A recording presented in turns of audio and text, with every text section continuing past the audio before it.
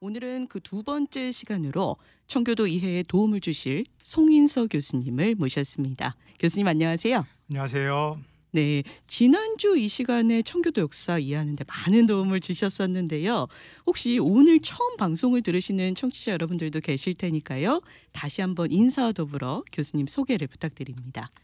안녕하세요. 저는 송인서 교수라고 합니다. 현재 미주장신대 플러신학대학원 월드미션대학교 그리고 베데스다 대학교에서 교회사 과목, 역사신학 과목, 그다음에 일반 신학 과목, 일반 역사 과목들을 현재 가르치고 있습니다. 이번 주에도 뵙게 돼서 참 반갑고 감사합니다. 네, 다시 한번 만나 뵙게 돼서 반갑고요, 교수님.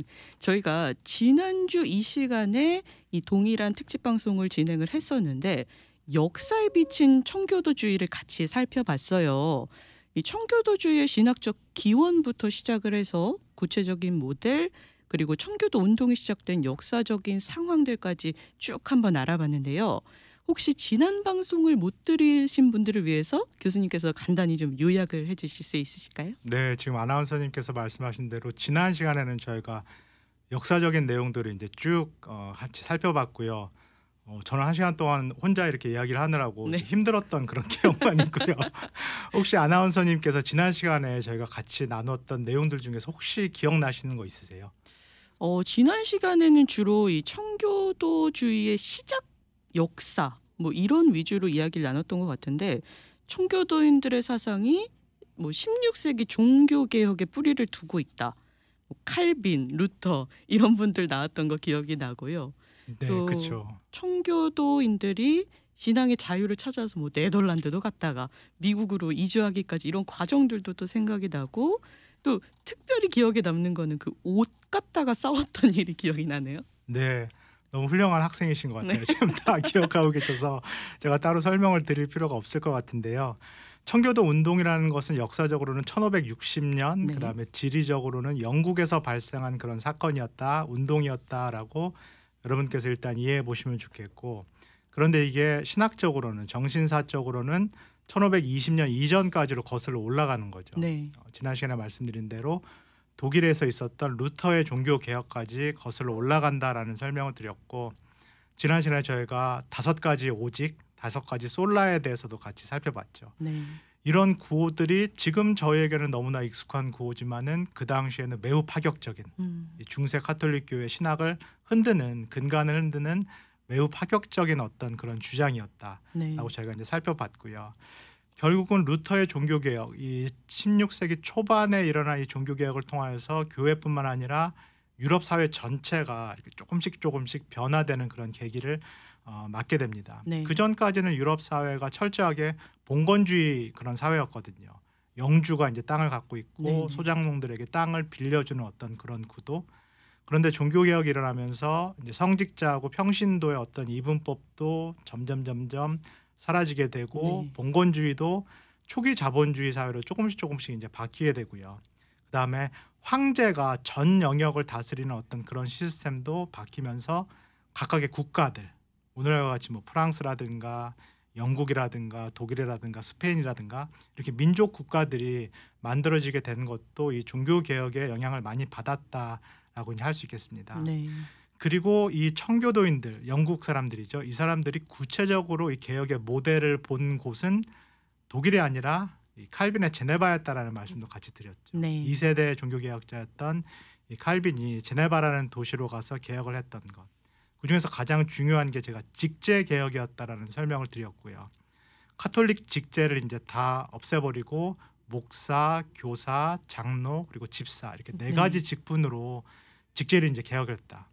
특별히 장로 직분자들은 그 당시 제네바의 시의원들로 선출을 했다. 결국은 제네바 교회 장로님들이 시의원이었고, 이분들이 이제 제네바 전체의 어떤 윤리를 관리 감독하는 어떤 그런 역할을 했다. 그리고 가장 칼빈이 공들였던 그런 직분이 집사 직분. 네. 이 집사 직분자들이 이 제네바의 공공병원에서 사회복지사와 같은 그런 사역을 담당했다라고 설명을 드렸어요. 칼빈의 제네바 교회, 그다음에 제네바 이 도시 전체 이 개혁을 이 영국인들, 네. 이 친개신교 인사들이 보게 되는 거죠. 음. 그러면서 이제 청교도 운동이 1560년대부터 일어나기 시작했다라는 설명을 드렸고요. 청교도 운동이라는 것은 영국 국교회로부터의 어떤 독립운동이다, 네. 분리운동이다라고 여러분께서 이해해 보시면 좋겠고요. 영국 국교회가 어떻게 탄생하게 됐는가 이 부분도 저희가 같이 나눴죠. 네. 이 부분도 혹시 기억나시나요? 이 특이한 왕 어떤 일들 때문에 태어났다. 네. 어떤 한 왕의 그 이혼 문제로부터 그쵸. 시작이 됐죠. 이 헨리 8세 어떤 복잡한 개인사 때문에 영국 국교회라는 것이 탄생이 됐다라는 것도 네. 저희가 같이 살펴봤죠. 이 캐서린이라는 첫 번째 부인과 이혼이 안 되자 결국은 이혼을 승인할 수 있는 독립된 교회를 스스로 만들고 거기에 이제 수장이 되는 어떤 네. 그런 형태로 영국 국교회가 만들어졌다라는 설명을 드렸고요. 그 다음에 뭐 6명의 그 부인을 더 얻었다라는 이야기도 같이 나눴고, 네. 캐서린을 통해서 첫 번째 딸 메리를 얻었고, 그 다음에 결혼한 앤 볼린을 통해서 두 번째 딸 엘리자베스를 얻었고, 그 다음에 세 번째 부인 이 제인 세이모어를 통해서 원하던 아들 에드워드 1세를 얻었다. 그래서 이제 그가 헨리 8세가 죽으면서 에드워드 6세, 그 다음에 메리 1세, 그 다음에 엘리자베스 1세 이런 식으로 이제 왕위 계승이 네. 일어나도록 유언을 했다라는 설명을 드렸고요. 어떤 왕이 결국은 영국 국교의 수장이 되느냐에 따라서 이 개신교 그리고 천교도인들의 운명이 이제 갈리게 된 거였죠. 네. 네. 에드워드 왕 때는 개신교가 득세를 했고 천교도인들이 그러니까 좋은 시절이었고요. 네. 그 다음에 메리 여왕, 이 카톨릭교 독실한 카톨릭 교인이었던 메리 여왕이 이제 득세했을 때 5년 정도 이제 재위를 하는데 그때 이제 피해 숙청이 일어나게 되면서 많은 친개신교인들이 피난을 갔는데 그 도시가 어디였죠? 네덜란드. 네덜란드도 가고 칼빈이 있었던 제네바. 제네바에 가서 이 청교도인들이 제네바가 실제로 어떻게 개혁됐는지를 이제 보게 되고요. 네. 엘리자베스 여왕이 이제 즉위를 하자 이런 큰 꿈을 품고 제네바와 같은 도시를 내가 영국에 만들리라라고 이제 돌아왔는데 엘리자베스 여왕은 오히려 중도 노선을 폈다. 카톨릭 교회도 아니고 그 다음에 개신교회도 아니고 또는 제네바 교회와는 차이가 먼 어떤 중도적인 그런 교회를 만들기를 원했다라는 설명을 제가 나눴죠. 네. 이런 어떤 복잡한 상황 가운데서 결국은 여기에 이제 불만족한 어떤 개신교 인사들이 독립을 하기 시작하고요. 그게 1560년대부터 시작되는데 그런 어떤 인사들 그런 운동들을 가리켜서 저희가 청교도 운동이다, 청교도주의자들이다 이렇게 이제 생각해 볼 수 있겠습니다. 네, 이렇게 쭉 청교도 운동이 시작된 배경, 역사적인 배경에 대해서 저희가 지난 시간에 알아봤는데요. 또 기억나기로는 1620년에 이 청교도인들이 신대륙 미국으로 향하는 과정까지도 저희가 이야기했던 것 같아요. 그래서 메이플라워호에서 맺었던 그 조약, 서약 내용도 한번 쭉 들어봤고 네. 신대륙 매사추세츠 플리머스항에 정박을 했다. 여기까지 이야기를 아마 했던 것 같죠? 그렇죠. 네. 그런데 이 이후에 어떤 일이 일어났는지에 대해서 오늘 이 시간에 또 나눠볼 내용이 굉장히 많이 있습니다. 일단 이 청교도인들이 미국으로 향하신 분들은 분리되기를 원한 분리주의자라고 볼 수 있잖아요. 네. 그런데 미국으로 간 분들보다 영국 현지에 남아있던 비분리 청교도주의자들이 훨씬 많았을 거 훨씬 아니에요? 많았죠. 네. 네. 그러면 영국의 청교도 상황은 어떻게 돌아갔나요? 네, 그러니까 그 이후의 상황을 영국하고 미국하고 조금 이렇게 나눠서 이해하는 네. 것이 훨씬 도움이 되리라 생각이 들어요. 엘리자베스 여왕이 상당히 오랫동안 재위를 했어요. 한 40년 동안 이제 재위를 하면서 중도 정책을 폈고 청교도인들에 대해서는 결국은 많이 이제 박해를 한 거죠. 그리고 이제 1603년에 그 다음 왕이 이제 제임스 1세라는 왕이 등극을 하게 되는데 제임스 1세 왕에 대해서도 저희가 잘 알고 있죠. 이 왕이 바로 이 킹 제임스 성경을 번역하도록 허락한 그런 영국 왕이 되겠습니다. 네. 자국어 성경을 갖게 됐다. 개신교 인사들은 그러면은 이 제임스 1세 왕이 우리 편이겠다라는 그런 생각을 했고요. 그다음에 1618년에 네덜란드에서 알미니안 논쟁이 일어나요. 구원에 있어서 인간이 자유의지를 통해서 기여할 바가 있다라고 주장을 했던 이 알미니안주의자들 논쟁이 이 네덜란드에서 이 도르트 지역에서 1618년에 일어나는데요. 네. 이 제임스 왕이 이 칼빈주의자들을 이제 지지하고 이 공의회에서 알미니안주의자들을 이단으로 정하는 것에 큰 도움을 줍니다. 그래서 칼빈주의자들 입장이 청교도들의 입장에서는 이 제임스 1세가 상당히 우리 편이구나. 네. 엘리자베스 여왕보다는 우리 쪽에 가깝구나라는 이제 생각을 하게 되는데 그게 또 이제 오산이었던 거죠. 네.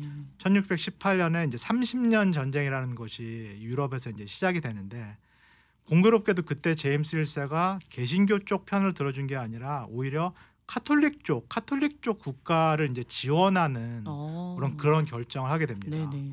그래서 이 제임스 1세도 우리 편이 아니구나. 그리고 제임스 1세도 마찬가지로 영국 국교회를 이렇게 지원하는, 그러니까 청교도인들 따로 이렇게 예배드리는 청교도인들을 허용하지 않는 그런 정책을 계속 피게 되고요. 네네. 그 다음에 1625년에 찰스 1세가 그 뒤를 이어서 이제 등극을 하게 돼요. 네. 이 사람은 정말로 전제주의자, 이 왕권을 수호하고자 했던 어떤 그런 전제군주였다라고 여러분께서 이해하시면 좋겠고, 그래서 의회 자체를 이렇게 해산을 시켜버립니다.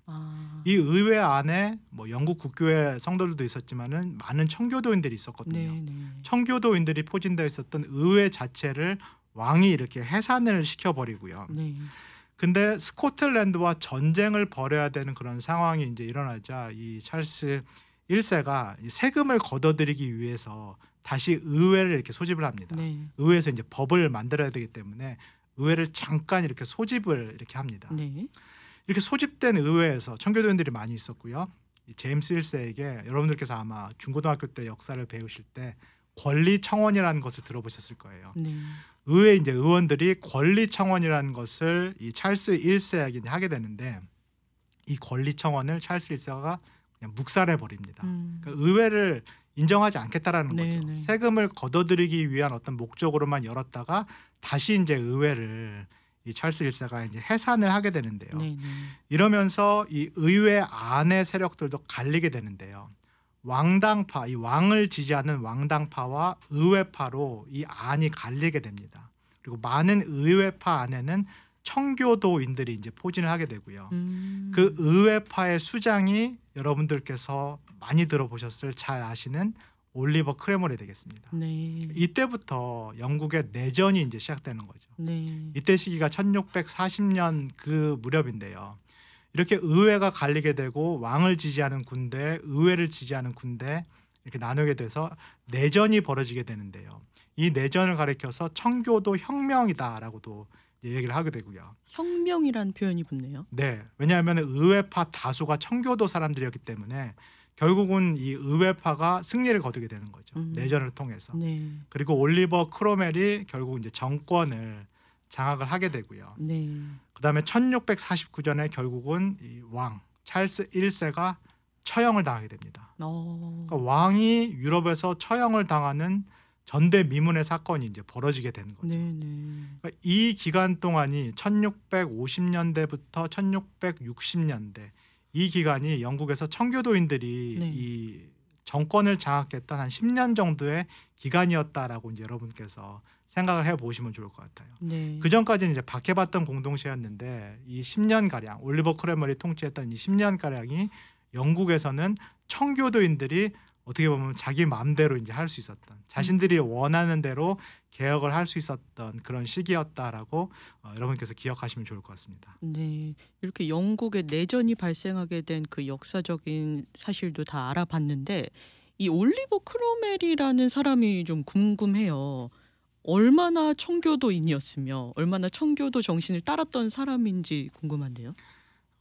진실된 매우 독실한 청교도인이었다라고 알려져 있고 원래 영국 국교회 소속 성도였는데 청교도로 이제 개종을 했다라고 이제 알려져 있고요. 의회파를 이끌었던 뭐 군인 출신 지도자였다라고 여러분께서 보시면 좋겠고 네. 올리버 크로멜에 대한 평가가 상당히 이제 다양하다라고 이제 할 수 있을 것 같아요. 네. 좀 어떤 평가를 들어보셨나요, 우리 아나운서님? 저는 군사적으로 뭔가 독재자였다 이런 이야기도 좀 들어봤고요. 또 한편으로는 뭔가 자유를 위해서 싸웠던 자유의 수호자다 이런 그쵸. 의견도 있는 것 같고요. 역사적으로 매우 평가가 갈리는 네. 그런 인물 중에 하나고요. 나중에 이제 뭐 스코틀랜드라든가 그다음에 여전히 카톨릭 국가였던 이 아일랜드와 전쟁을 벌였던 네. 그래서 무참히 이 일반 시민까지도 이렇게 살해를 처형을 했던 막 네. 피도 눈물도 없는 그런 독재자라는 그런 평가도 있고요.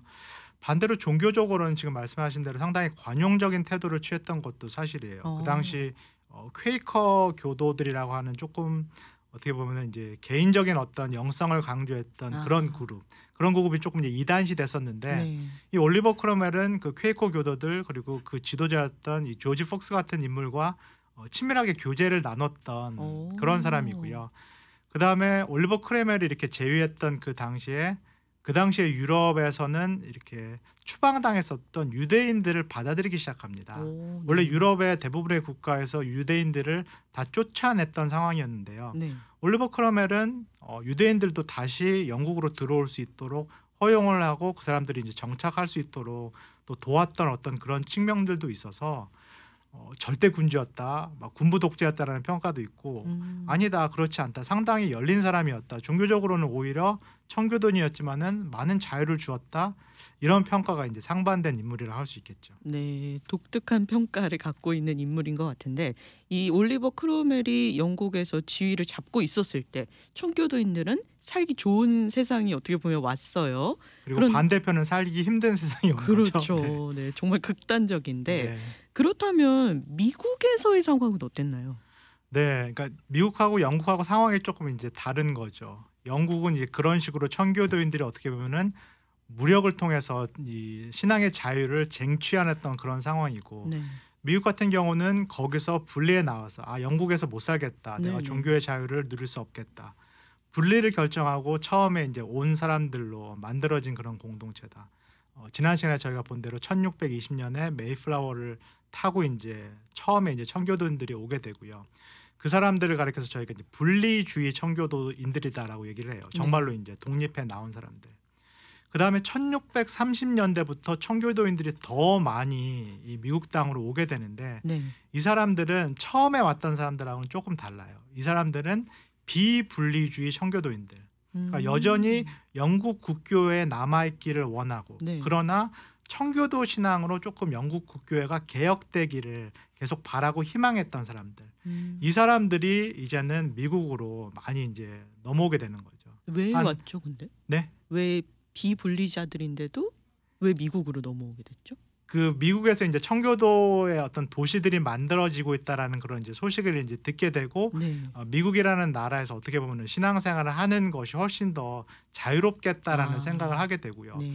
그 당시에 또 하나 중요했던 게 경제적인 음. 이유인데요. 1620년에 이 사람들이 올 때 매사추세츠 베이 컴퍼니라는 것을 만들어요. 그러니까 쉽게 말해서 매사추세츠 무역 주식회사, 아. 이런 것들을 성립을 하면서 같이 오게 되는데요. 네. 그러니까 온 사람들이 일종의 이제 주식을 사는 거죠. 주식을 사서 공동의 무역 회사를 이제 설립을 하고, 처음에 도착한 이 지역에서 이 무역 회사를 통해서 자신의 나라의 영국과 무역을 하게 됩니다. 아. 그러니까 이 신대륙에서 뭐 새로 나는 어떤 농작물들, 뭐 옥수수라든가 쌀이라든가 뭐 담배라든가 이런 것들을 재배해서 영국에다가 이제 판매를 하고, 영국으로부터는 뭐 티라든가 차라든가 옷이라든가 가구라든가 이런 것들을 또 이제 수입하는 그런 회사들을 이제 이 매사추세츠에 만들게 되는데요. 네네. 청교도인들이 1630년도에 많이 이제 건너온 사람들은 다 이런 이제 무역 회사를 통해서 경제적인 어떤 그런 이윤을 또 얻기 위한 목적도 같이 있었다라고 이렇게 생각해 보시면 좋을 것 같아요. 네. 이렇게 올리버 크로멜이 영국의 정권을 잡았을 시절 청교도가 다시 부흥할 수 있는 그 원동력이 생겼던 그 시기에 대해서 이야기를 나눠봤는데 그렇다면 또 궁금해지는 점이 이 올리버 크로멜이 영원히 살지는 않았을 거 아니에요? 이분이 돌아가신 이후에 또 영국의 상황은 어땠을까요? 이분이 돌아가신 이후에는 결국은 다시 왕정이 이제 복귀가 됩니다. 네. 그래서 그걸 이제 restoration이라고 말하고, 뭐 왕권 환원이다라고 저희가 얘기를 하는 거죠. 그래서 이제 그 뒤에 찰스 1세 처형당했던 왕의 아들인 찰스 2세가 다시 이제 복권을 하게 됩니다. 네. 복권을 하면서 동시에 영국 국교회가 다시 이제 세력을 이제 키우게 되고요. 네. 다시 한번 청교도는 이 마이너리티로 전락을 하게 되는 거죠.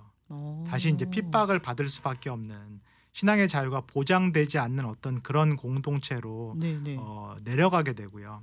말씀드린 대로 청교도가 영국에서 이렇게 부흥을 하고 실제로 정권을 잡았던 기간은 10년 정도에 불과하고요. 네. 자신들의 이상을 펼칠 수 있었던 시간적인 여유가 없었던 거죠. 그러게요. 10년 안에 개혁을 하지 못했고 개혁을 이루고자 할 때 많은 저항들이 있었죠. 네. 그 당시 영국에는 뭐 대부분이 영국 국교회 성도들이었고 뭐 아일랜드 같은 경우에는 여전히 카톨릭 교인들이 있었는데 청교도인들이 우리가 정권을 잡았으니까 우리 뜻대로 하자 이렇게 이제 주장을 했을 때 네. 여기에 많은 반발이 있었던 것이 사실이죠. 아. 그래서 이제 결국은 올리버 크롬웰이 사망하고 나자 사람들이 영국인들이 차라리 왕이 있었을 때가 낫다. 이 다시. 청교도인들보다는 차라리 왕이 있었을 때 시절이 좋겠다, 음. 좋았었다라는 생각을 하고 찰스 2세를 이렇게 복위시킵니다. 아. 그러면서 이제 청교도는 또 영국에서 이렇게 좀 어려운 시간들을 그 위에 이제 걷게 되고 시간이 지나면서 실제로 청교도주의자들 이런 것들은 역사상으로 이제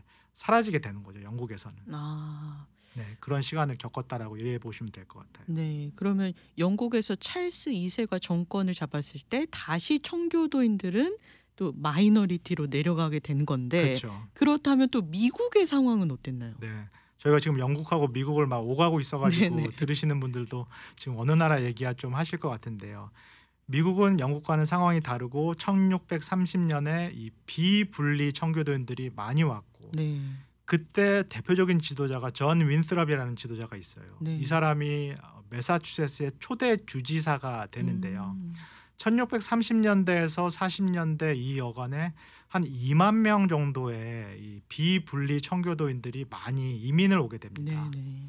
그리고 이제 이 사람들이 꿈꿨던 것은 언덕 위의 도시, 시리 오너 히어 이런 말 아마 들어보셨을 거예요. 언덕 위의 도시 또는 새로운 예루살렘을 만들자. 아. 이런 어떤 큰 꿈을 가지고 이 사람들이 많은 수의 청교도인들 가정이 이주를 하게 되고요. 네. 언덕 위의 도시라는 것은 이제는 신대륙뿐만 아니라 모든 세상 사람들이 정말로 하나님의 뜻에 따라서 진행되는 그런 교회에 이루어지는 도시가 어떤 도시인지를 우리가 보여주자라는 거죠. 이 정말로 등경위의 어떤 촛불처럼 우리가 정말로 모범적인 삶, 모범적인 국가, 성서적인 국가를 이루어서 그렇게 모델로서 한번 만들어 보자. 네. 그런 생각을 이 청교도인들이 하게 되고요. 그래서 제가 지난 시간에 아마 말씀드렸을 거예요. 1630년대 이 매사추세츠 항만의 입국 심사를 할 때 오늘날 같으면 저희가 뭐 패스포트를 보고 비자를 보고 왜 오셨어요 이런 걸 네, 묻고 네. 이제 통과를 시키잖아요. 네. 그때는 중생을 하셨습니까? 거듭남의 어떤 경험이 있으셨습니까? 진실된 어떤 신앙 체험이 있으십니까? 이것을 매사추세츠 베이 항만에서 물었다고 그래요. 그래서 이거를 통과를 못하면은 여기 들어오지를 못하는 거죠. 네.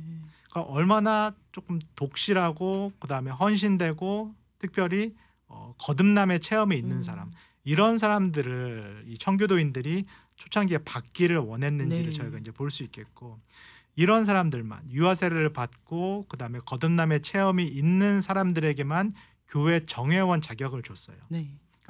많은 사람들이 교회에 나올 수 있는데 실제로 교회 정회원은 유아 세례와 거듭남의 체험이 있는 사람. 그리고 그 당시에는 교회 정회원을 갖고 있는 사람만이 선거에 나갈 수 있는. 정치랑도 또 그렇죠. 그러니까 교회와 연결이. 정치가 분리되지 않은 상황이죠. 네. 그러니까 이 사람들이 꿈꿨던 것은 정말로 개인적인 체험이 있고 성화에 사는 삶을 사는 이 개인이 정치인이 되어서 네. 이 청교도의 도시를 개혁해야 된다. 이런 생각을 갖고 있었던 거죠. 네. 그런데 지난 시간에 교수님께서 잠깐 이야기해 주셨던 것 같아요. 이렇게 중생의 경험까지 확인을 해가면서 독실한 청교도인들을 받았는데 이들의 자녀들까지 그 신앙이 이어지지는 않았다라고 말씀을 주셨던 것 같은데요. 네. 이 부분에서는 너무나 공감이 되는 것 같아요. 저희 이민 1세대, 2세대, 3세대를 생각해 보면은 상당히 어떤 유사한 상황이었겠다라는 것을 저희가 충분히 짐작을 해볼 수 있겠는데요. 네. 1620년대에 들어온 어떤 그런 세대들을 1세대라고 하면은 그다음에 이제 1640년대부터를 2세대라고 이제 볼 수 있겠는데 네. 2세대 그리고 3세대로 내려갈수록 이 청교도 정신 그들의 신앙 열정이 조금씩 이제 사그러들기 시작하는 거죠. 아. 그리고 제일 중요한 게 중생의 경험을 하는 거듭남의 체험을 하는 네. 그런 모태 신앙인들의 숫자가 줄어드는 거죠. 아. 청교도 가정에서 태어났고 유아 세례를 받았지만은 정말로 자신이 죄인임을 깨닫고 그 다음에 성령의 어떤 은혜를 통해서 회심을 경험하는 어떤 그런 사람들의 수가 줄어들기 시작합니다. 그러면서 이제 딜레마가 생기는데요. 네. 아까 말씀드렸듯이 중생한 사람만 교회 정회원이 되는데 교회 정회원 숫자가 이제 줄어드는 거죠. 그렇죠. 그러면서 이제 어떻게 해야 되는가? 그리고 많은 2세대, 3세대들이 개종의 경험이 회심의 경험이 없음에도 불구하고 자신의 자녀들에게는 유아 세례를 주기를 원했어요. 네. 근데 법상 이 정회원 자녀들만 유아 세례를 받게 돼 있었던 거죠. 그래서 이 사람들이 어떻게 보면 타협을 하게 되는데요. 중생의 경험이 없어도 우리가 교회 멤버십, 반쪽짜리 멤버십을 줄 수 있다라는 그런 타협을 이 청교도인들이 2세대, 3세대를 위해 사게 됩니다. 네. 그걸 가리켜서 이제 half covenant라고 얘기하는데 반계약이라고 이야기를 해요. 거듭나지 못했어도 그 사람들의 자녀에게는 유아 세례를 허용한다. 이런 식으로 조금씩 이제 청교도인들이 타협을 하기 시작합니다. 어쩔 수 없이. 이러면서 시간이 지나감에 따라서 청교도 정신이라는 것이 조금씩 이제 쇠퇴하기 시작하고요. 네. 여러 가지 또 다른 요인들도 있었어요. 미국에서 청교도 운동이 성공하지 못했던 거. 좀 배타적인 그런 태도도 상당히 많이 있었죠. 청교도의 어떤 뭐 신앙 방식이라든가 청교도의 어떤 교회 정치에 동의하지 않는 그룹 같은 경우에는 네. 청교도 도시에서 살지 못하게 추방하는. 정말 배타적이었네요. 네, 그 대표적인 것이 이제 퀘이커 교도들이 영국에서 이렇게 동포인데요. 네. 이 청교도 도시에 들어왔을 때 이 퀘이커 교도들을 받아들이지 못했어요.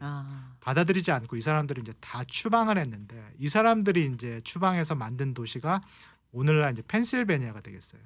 윌리엄 펜이라는 인물이 이제 세운 도시인데 퀘이커 교도들이 이제 다 그런 도시에 가서 이제 새로 정착을 하게 되고요. 그 다음에 뭐 들어보셨을 거예요. 원주민들에 대해서도 인디언들에 대해서도 청교도인들이 조금 우월 의식을 갖고 있었던 것으로 보여져요. 기독교를 전할 때에도 이 원주민들이 자신들과 같은 방식으로 유럽인들의 어떤 문화를 받아들이지 않을 경우에는 개종을 인정하지 않는.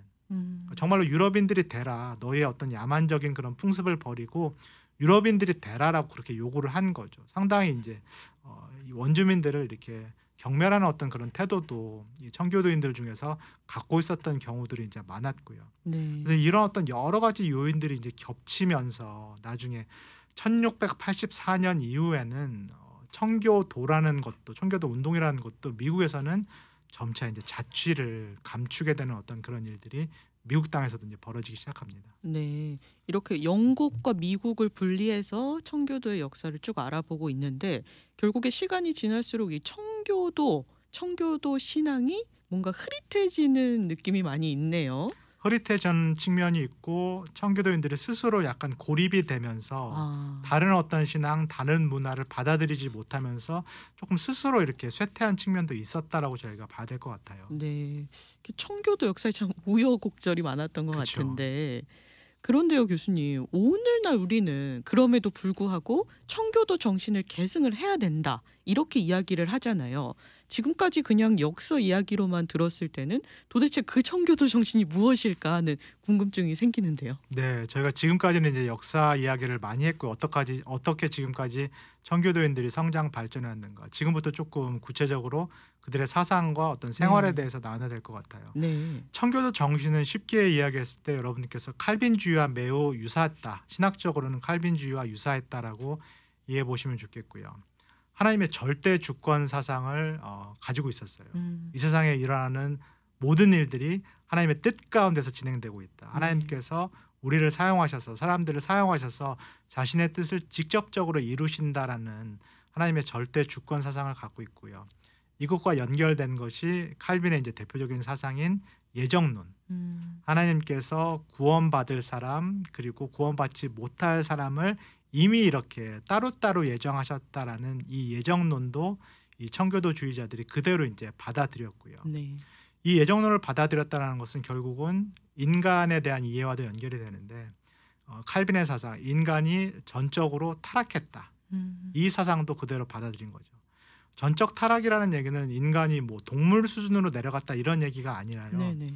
인간이 원래 누리고 있었던 하나님과의 어떤 친밀한 교제 능력을 상실했다라고 이렇게 이해해 보시면 좋을 것 같아요. 네. 이제는 오히려 하나님을 사랑하고 하나님과 교제하기를 원하기보다는 모든 인간이 자신을 사랑하고 자기 뜻대로 하려고 하는 그런 강한 성향을 가지고 태어난다. 이런 어떤 칼빈주의적인 생각을 청교도인들도 그대로 이제 받아들였다라고 할 수 있겠고요. 네. 이런 모든 하나님에 대한 지식 그리고 인간에 대한 지식은 성서라는 특별 계시를 통해서 알 수 있다. 네. 이 성서론도 청교도주의자들이 칼빈의 어떤 사상을 많이 받아들였다. 좀 칼빈주의에 있는 어떤 죄를 강조하고 타락을 강조하는 이런 부분들도 많이 있지만은 동시에 피조세계 전체는 이 창조물 전체는 결코 악한 것이 아니다. 하나님께서 창조세계를 악하게 만드신 것이 아니다라는 것도 강조를 했죠. 네. 피조세계나 우리 인간이나 존재하는 모든 것들은 하나님께 영광을 돌리기 위한 목적으로 지어진 것이다. 창조세계는 하나님의 영광을 위한 일종의 극장과도 같다라는 것. 이 칼빈의 사상을 청교도인들도 그대로 이제 받아들였고 결국은 하나님의 은혜를 통해서 성령의 어떤 감화를 통해서 회복이 돼야 된다는 거죠. 피조세계 전체가 회복이 돼야 되는데 순서가 어디서부터 진행되느냐. 기독교인들, 이 개인 한 사람 한 사람이 성령의 내적 감동을 통해서 회복이 돼야 되고 이 사람을 통해서 교회 공동체가 만들어져야 되고 교회 공동체를 중심으로 해서 사회가 개혁돼야 되고 사회가 회복돼야 되고 그럼을 통해서 피조세계 전체가 창조세계 전체가 원래 하나님의 모습으로 회복돼야 된다. 이 사상을 이 칼빈주의 사상을 청교도인들이 거의 그대로 받아들였다라고 여러분께서 이해해 보시면 좋을 것 같아요. 네, 청교도인들의 정체성 정말 깊은 곳에는 늘 칼빈주의가 자리를 하고 있네요. 그렇죠. 제네바에서 교회 개혁, 사회 개혁 모델을 본 것도 그렇죠. 네. 칼빈의 영향이고 신학도 칼빈의 어떤 사상을 거의 그대로 흡수했다라고 봐도 과언이 아니라 생각합니다. 네. 그런데 이 청교도인들을 향한 오해 중에 한 가지가 우리는 선민이다. 선민 의식을 가지고 있었다라는 말이 꼭 따라 붙더라고요. 오해가 맞나요? 그렇죠. 저희가 뭐 교회에서도 왕왕 일어나는 일들 중에 하나가 칼빈의 예정론을 저희가 이제 받아들여서 나는 예정이 됐어. 네. 그리고 교회 저분은 아마 예정이 안 됐을 거야. 그래서 저렇게 올바르지 못하는 삶을 사시는 거야. 이렇게 약간 정죄하게 되는 그런 경우가 있는데 그래서 이렇게 선택받았다라는 것을 강조했던 청교도인들도 조금 너무 우월 의식이 있지 네. 않았나. 그리고 다른 사람들을 선택받지 못했다라고 해서 이렇게 거부한 것은 아닌가? 그런 이제 비판을 하는 경우가 상당히 많이 있는데요. 이 부분은 저희가 지난 시간에 같이 들어봤던 이 메이플라워 계약 그 내용을 여러분께서 다시 한번 떠올려 보시면 좋을 것 같아요. 정말로 미지의 세계로 건너오는 그 배 가운데서 서로 계약을 맺었던 언약을 맺었던 나만 잘 되자고 내가 선택받았기 때문에 나만 잘 되자고 지금 신대륙을 가는 것이 아니라 여기에 서약하는 우리 모두가 언약 공동체라는 그런 인식이 네. 처음부터 있었던 거죠. 그리고 방금 설명드린 것처럼 1630년대부터 들어온 이 청교도인들은 정말로 언덕 위에 모범적인 도시를 세우고자 했던 거죠. 네. 우리 교회, 우리 도시를 통해서 정말로 빛과 소금과 같은 어떤 그런 역할을 해야겠다. 우리 공동체를 통해서 정말로 하나님이 원하시는 공동체가 어떤 공동체인지 모든 세상 사람들이 좀 봤으면 좋겠다. 그런 의식이 처음부터 있었던 거죠. 그래서 우월 의식이다라고 저희가 보기보다는 어떤 그런 선민 사상을 우월 의식, 배타적인 생각이라고 보기보다는 정말로 성서적인 어떤 모범적인 공동체를 만들고자 꿈꿨다. 다른 사람들을 위한 그런 공동체가 되기를 원했다. 이렇게 한번 여러분께서 이해해 보시면 좋을 것 같아요. 네. 이 선민 의식은 그 본인들의 그 선택받은 것의 우월함이 아니었군요. 그러니까 여러분들께서 아브라함을 한번 생각해 보시면은 이 청교도 정신을 이해하시기가 쉬울 것 같아요. 하나님께서 아브라함에게 어떤 복의 약속을 주실 때 아브라함만 복을 누리라고 주신 약속이 아니었잖아요. 네네. 복의 근원이 되라고 이렇게 약속을 하셨고 이 아브라함을 통해서 모든 민족이 복을 누리기를 하나님께서 원하셨는데 청교도인들의 어떤 그 예정론 선택 사상도 그런 생각과 일치한다고 볼 수 있겠죠. 우리를 통해서 이 하나님의 축복이 모든 세상 사람들에게 흘러가면 좋겠다. 우리 공동체가 그런 공동체가 되면 좋겠다라는 그런 생각을 갖고 있었던 거죠. 네. 이 청교도인들은 교회만 개혁을 하길 원했던 게 아니라 사회 전반적으로 우리의 청교도 정신으로 개혁이 됐으면 좋겠다. 이 공동체적으로 항상 생각을 했던 것 같은데 그렇다면요, 이 구체적으로 이 청교도인들이 사회 각 분야별로 어떤 사상으로 어떻게 개혁을 하고자 했는지 한 분야 한 분야 한번 알아봤으면 좋겠어요. 먼저 정치 영역부터 한번 살펴볼까요?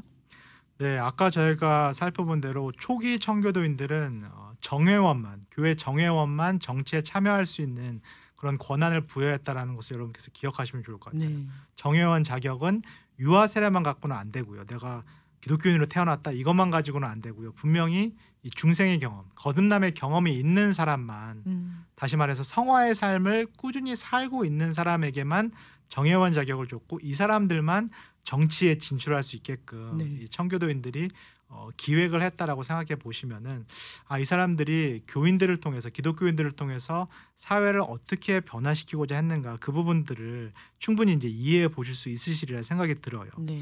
그리고 말씀드린 대로 칼빈주의 사상을 그대로 받아들여서 인간이 전적으로 타락했다라는 것을 정말로 진지하게 생각을 했거든요.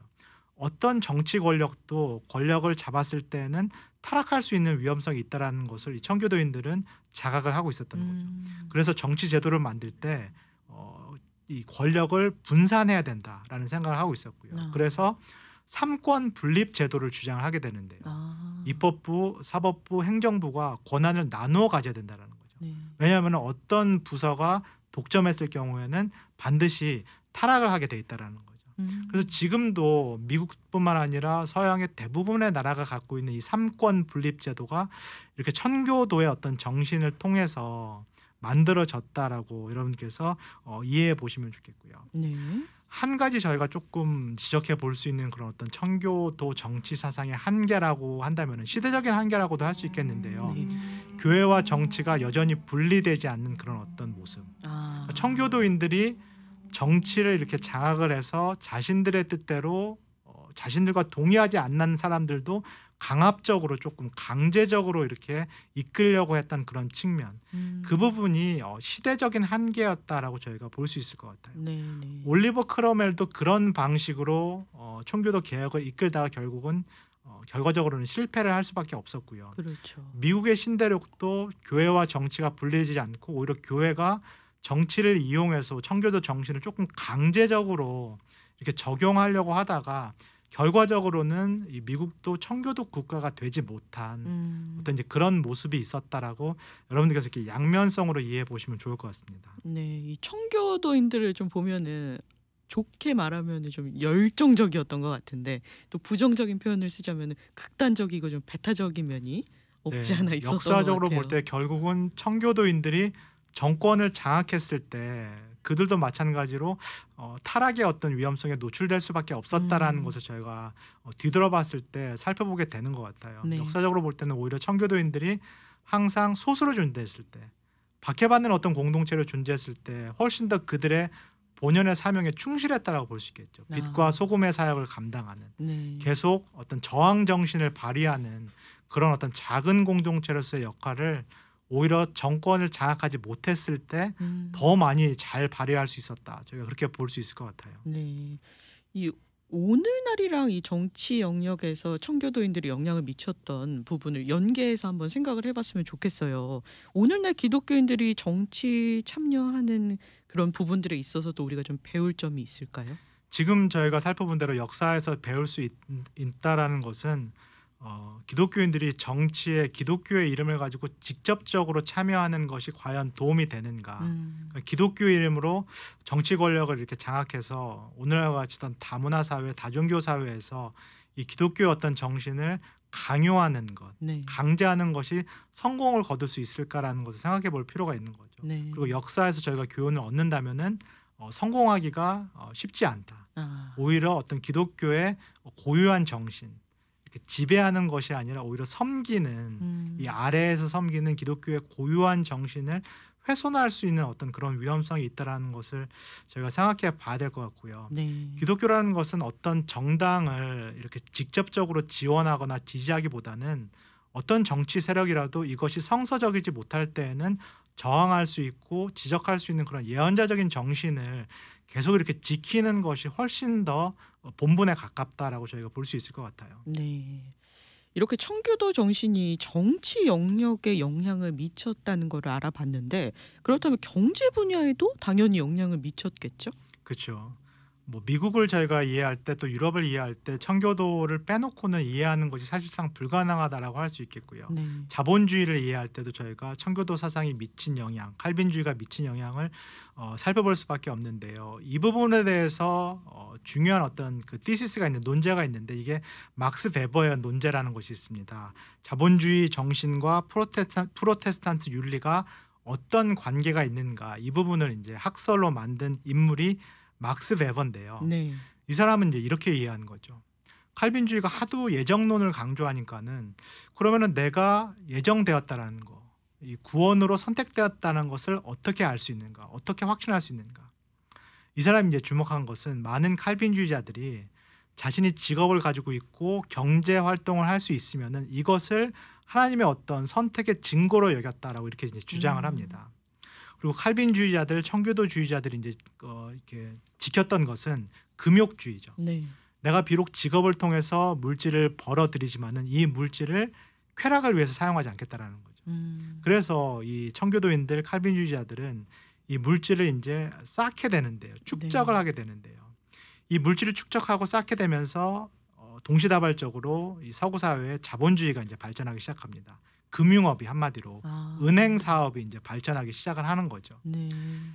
청교도인들이 쌓아놓은 자금이 물질이 이 은행업, 금융업으로 이제 들어가게 되고 여기서 이제 금융업이 이제 동시에 발전하는 그런 일들이 이제 벌어지면서 청교도주의 그 다음에 이 칼빈주의가 자본주의를 꽃피웠다라는 그런 주장을 이 막스 베버가 이제 하게 되는데요. 네. 이런 주장에 일리가 있어요. 칼빈주의자들 그다음에 청교도주의자들이 자본주의에 영향을 미쳤다라는 것이 분명히 이제 일리가 있는데 저희가 계속 이 메이플라워를 타고 온 사람들이 어떤 계약을 맺고 왔는지를 다시 한번 이제 생각해 볼 필요가 있을 것 같아요. 네. 이 사람들은 자기 자신이 잘 되고자 이민 온 사람들이 아니죠. 자기 자신 또는 자기 자녀가 여기서 성공하자 오늘날 같은 그런 이민 생각이 아니라 정말로 이베트한 사람들 모든 사람들이 언약 공동체의 일원으로서 다 잘 됐으면 좋겠다라는 생각을 갖고 있었고 네. 우리 공동체가 정말로 세계 전체의 모범적인 그런 공동체가 됐으면 좋겠다. 그런 이상을 갖고 온 거죠. 그래서 막스 베버가 주장한 것처럼 이 사람들이 지나치게 물질을 축적한 것이 아니라 네.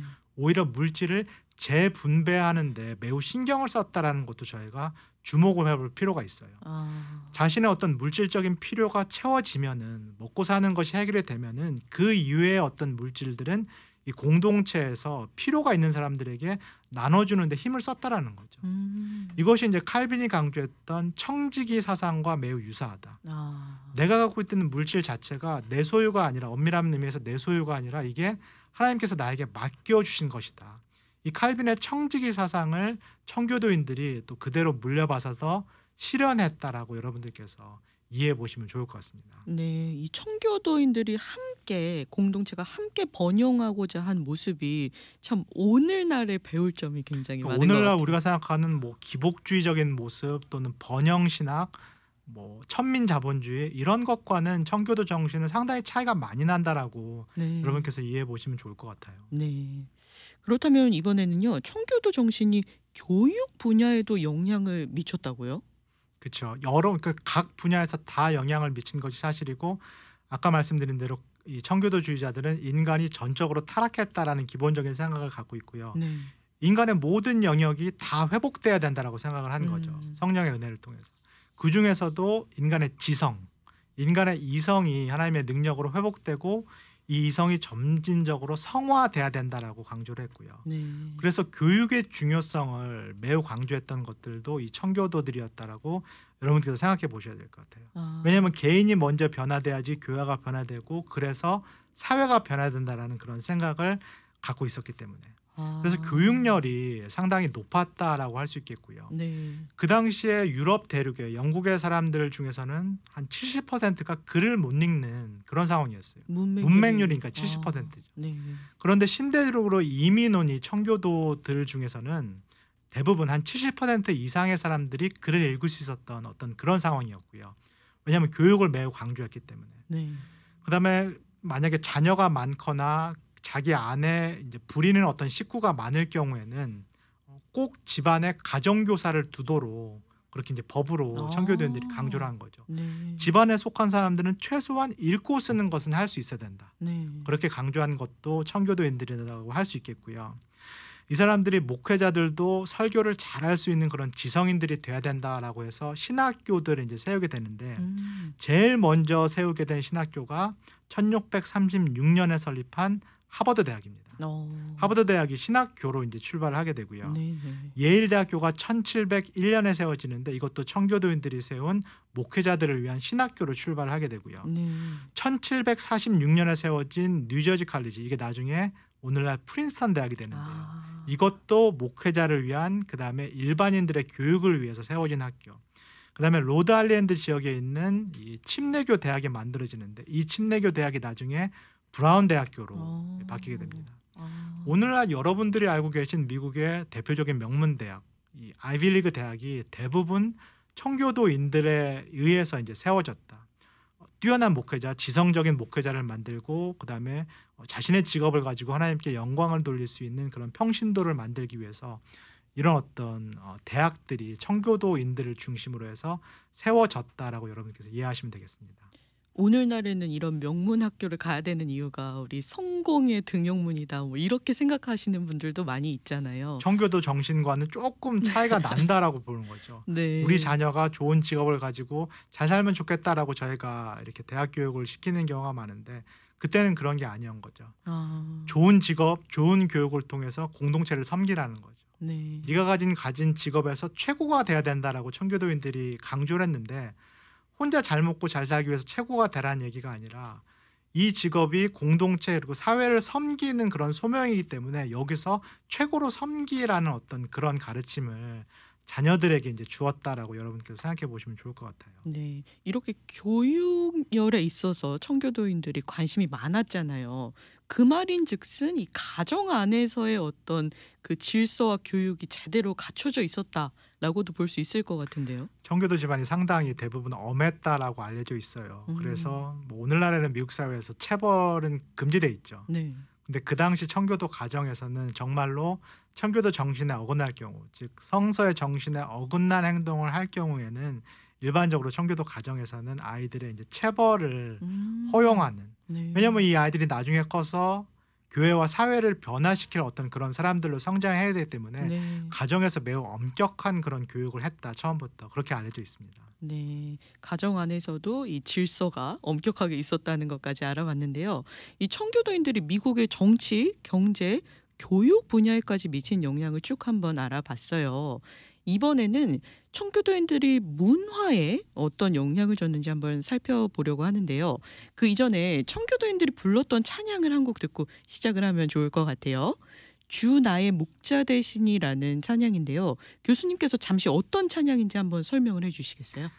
청교도인들은 뒤에 조금 설명을 드리겠지만은 음악에 대해서 너무 지나친 과할 정도의 악기 사용이나 너무 복잡하거나 현란한 그런 멜로디에 대해서는 이제 거부감이 있었고요. 네.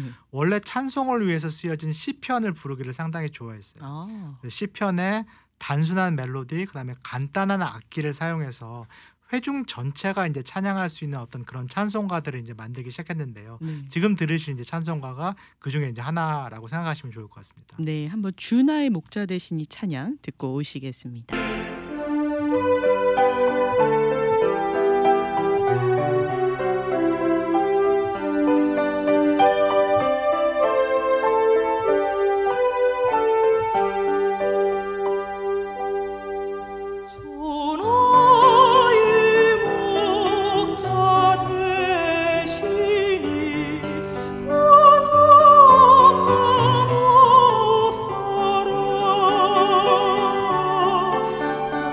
오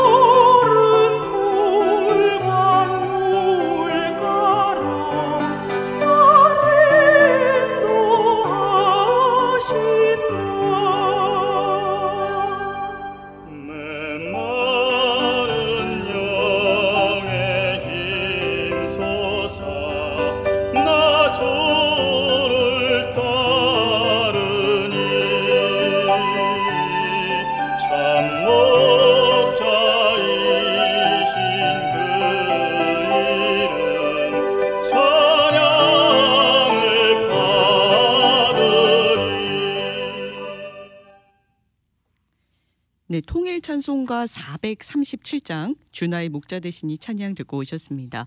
뭔가 좀 오늘날 우리가 부르는 찬양이랑은 많이 다른 느낌도 들고요. 그렇죠. 훨씬 더 소박하다라는 어떤 그런 느낌이 있죠. 네. 그런데 교수님, 제가 알기로는 이 청교도인들이 노래를 불러도 오직 찬양만 부르고 다른 노래는 부르면 안 돼.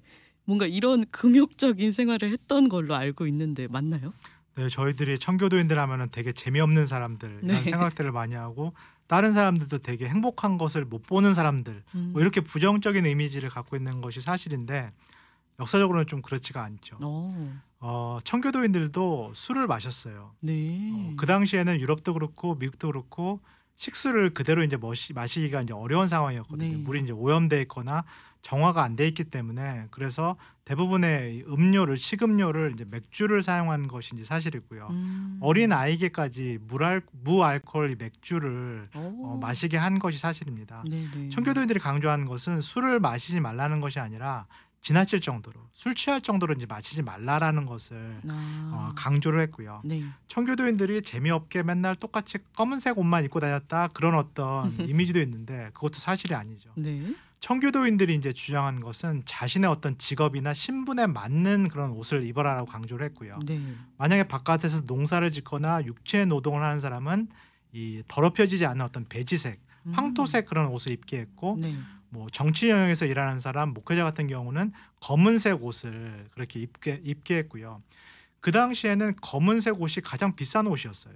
그래요? 검은색으로 염색하는 것이 제일 돈이 많이 드는 어떤 이제 그런 작업이었기 때문에 검정색 옷이 상당히 어떻게 보면 그때는 부를 상징하는 네. 그런 옷이었다라고 이제 이해해 볼 수 있겠고요.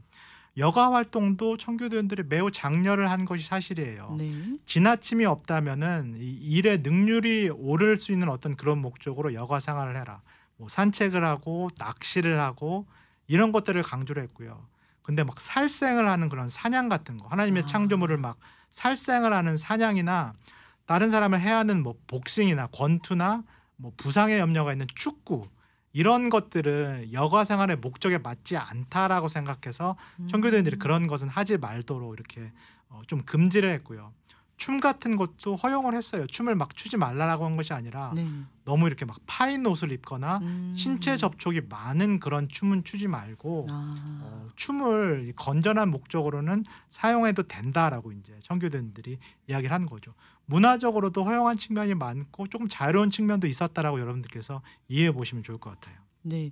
저는 또 청교도 문화하면 생각이 나는 게 그 존 버년의 철로 역전도 생각이 나고 또 존 밀턴의 신라권 소설 이런 문학적인 부분에서도 또 굉장한 성장을 이루었잖아요. 네, 청교도인들이 연극 같은 건 조금 이렇게 거부하는 건 사실이에요. 연극이 네. 조금 속임수다. 가짜로 이제 감정을 만들어낸다라고 해서 연극에 대해서는 기본적으로 조금 부정적인 자세가 있었던 건 사실인데 말씀하신 대로 이 존 버년의 천을로 역정이라든가 존 밀턴의 신라권 같이 종교적인 성향을 띤 그런 어떤 소설이나 시 문학 작품은 또 매우 많이 만들어냈다라고 여러분께서 이해하시면 좋겠습니다. 그럼 이 청교도주의자들은 일반 문화는 배척을 했나요? 그러니까 이렇게 좀 걸러서 문화에 대해서 접근을 했다라고 이제 보고 문화 자체나 여러 가지 것들을 죄악시하는 것은 아니고요. 하나님의 모든 것들은 청교도인들이 누릴 수 있다라고 본 건데 네. 그게 지나쳐서는 안 된다라는 거죠. 술을 지나치게 마셔서 취해서는 안 되고 어떤 것들을 지나치게 해서 이 본래 목적을 잊어버리면 안 된다라고 그렇게 이제 주장했다고 봐야 될 것 같아요. 네.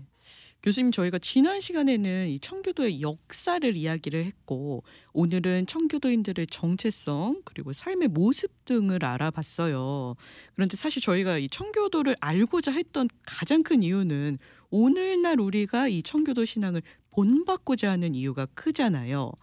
우리 한국 기독교인들, 특별히 미국에 이민 온 이 한인 크리스천들은 어떤 미국으로 이주했다는 점도 그렇고 청교도인들과 공통점이 많은 것 같은데 그만큼 본받을 점도 많을 것 같아요. 지금까지 저희가 함께 나눴던 내용들을 여러분께서 잘 정리하시면 그 정신이 무엇인가라는 것을 아마 잘 이해하셨으리라 생각이 들어요. 네. 청교도인들이 성서로 돌아가자 또 초대교회로 돌아가자라는 것은 성서가 그리고 있는 그 공동체 정신을 되살리자라고 여러분께서 이해해 보시면 좋겠습니다. 내가 기독교인이 되는 것, 내가 하나님의 복을 누리는 게 내 개인만을 위한 것이 아니다. 내 자녀가 잘 되는 것도 내 자녀만 잘 되는 것이 아니다. 나를 통해서 우리 자녀를 통해서 또 교회를 통해서 궁극적으로는 우리 공동체 그리고 사회 전체가 하나님의 어떤 축복을 누려야 된다. 네. 그러니까 복의 근원이 돼야 된다라는 그런 생각을 갖고 있는 거죠. 우리를 통해서 복이 흘러나가야 된다.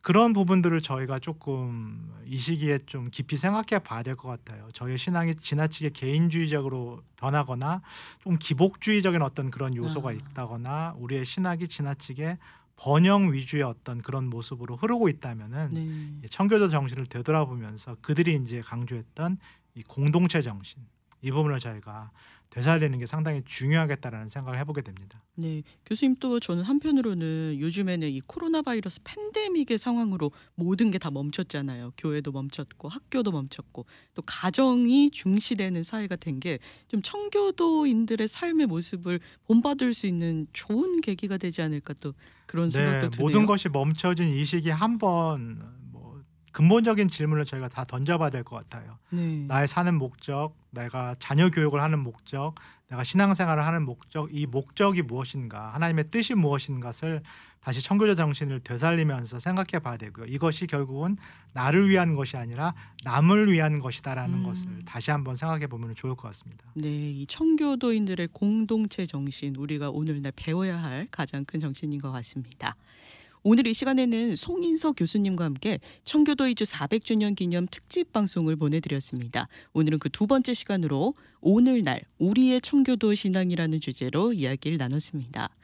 이렇게 세계화 시대에 급속한 변화가 일어나고 있는데 무슨 400년 전 청교도 신앙을 이야기하냐 그런 분들도 계실 것 같은데 오늘 쭉 교수님 이야기를 듣고 배워보니까 이 신학부터 시작해서 신앙 또 삶의 전반적인 모습이 참 성경적이었던 이 청교도인들에게 배울 점이 굉장히 많은 것 같습니다. 우리가 이 청교도 정신을 따라야 할 이유가 분명히 있다는 것을 오늘 많이 배웠습니다. 송인서 교수님께서 많이 가르쳐 주셔서 이 청교도주의자들에 대한 오해도 풀 수 있는 시간이었던 것 같고요. 또 오늘날 우리가 회복해야 할 청교도 신앙도 생각해보는 기회가 됐는데요. 송인서 교수님 총 2주에 걸쳐서 함께 하셨는데 마지막으로 해주실 말씀이 있으시다면요? 네, 저도 너무 귀한 시간 갖게 되어서 제가 공부하고 연구하는 내용들을 나눌 수 있어서 너무 기뻤고요.